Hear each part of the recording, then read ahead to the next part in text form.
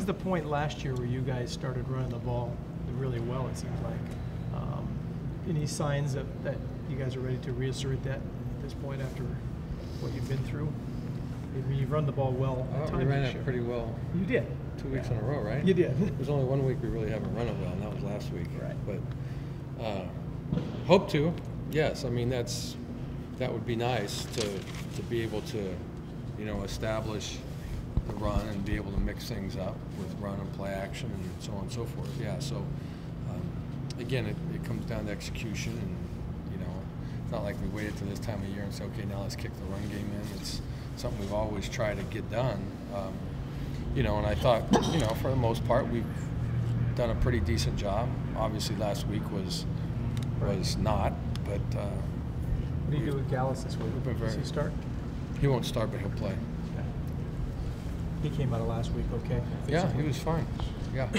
I think going in, there was some apprehension on his part, understandably. But he came out of it, fine. So, and he's had a good week of practice.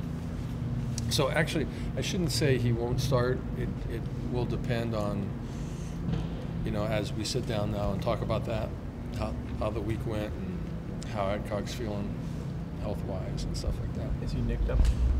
He's been nicked up for a few weeks. Okay. Yeah, he's been playing through quite a few things. But Don also brings you the experienced guy who, yes, gives you something, maybe a little extra. Yep. So he'll play. It's just a matter of whether he'll start or how many series, or Coach Mahalchuk will play that by ear, see how they're doing. Do you have any or all of those linebackers back now? That's probably going to be a game time situation. A lot of them were held out of practice this week, but they're going to travel. Is Jefferson cleared yet with the concussion thing? Or? Jefferson will not play. Okay. And Brennan is? Like I just said. Same with McCain? Yeah, he'll travel. Can you talk about your defense? 3 weeks in a row, I think you've given up 21 points or fewer. It seems like they're starting, despite all the injuries, starting to play pretty well. Yeah. I think they've done a good job. And, hopefully this week it's much of the same, because we're going to face a good runner and, quarterback who's getting comfortable. And so it's going to be important that we play real well. Is it your job to make him uncomfortable? Yeah, of course, to try to get pressure on him. But especially as a freshman. Yeah, try to put pressure on. That's the job for anyone, is to try to not let the quarterback have all day to throw the ball, and hopefully, whoever you're playing makes poor decisions or hurries his throws, or. But with the young guy, can you sort of mess with him a little bit more theoretically? Well, I mean, we're always disguising things and stuff like that. Now how he handles that, we'll see. But it's our defense disguises quite a few things, and so. But it's really as much for the offensive line as the quarterback. The quarterback in reading coverage and routes, but as far as protection is concerned, all those things come into protection issues. So. Besides White, the other running back, the bigger guy, it seems like he's about to play a little bigger role. What's your impression York? of him? Yeah. York's a good player. He was a good player. He's from Fullerton College, and I believe he's from Fullerton College, and we looked at him in junior college. He's a very good player. Yeah, physical guy, runs hard, good speed. Right. So he's really given. I thought last year they didn't really have the ability to spell White, and now they do with him. Right. CJ's okay? CJ is okay. I mean, he's playing. Yes. Is there a sort of a sense of urgency about the season now, as far as what you want to accomplish? It's one game at a time. Yeah. It's one game at a time. Everybody's very aware of where we are, but it's not. It's one play at a time, one game at a time, one day here, preparation at a time, one meeting at a time. All those things is what we focus on. We can't.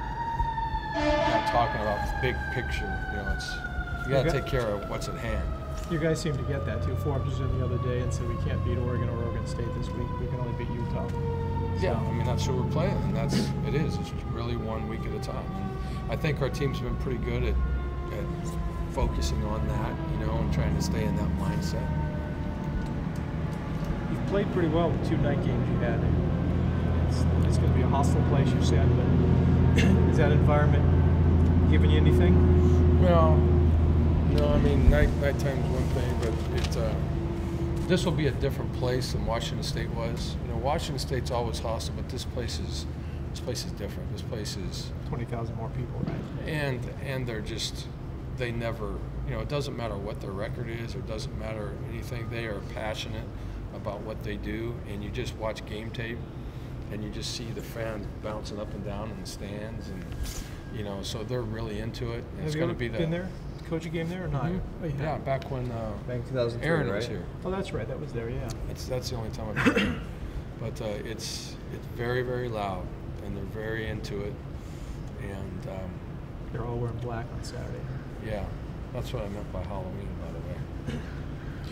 I didn't mean that. Someone said, "Oh, and it's Halloween." That's what they meant when they told me it's Halloween. And then after I asked you, I said, "What am I thinking? I know it's not Halloween."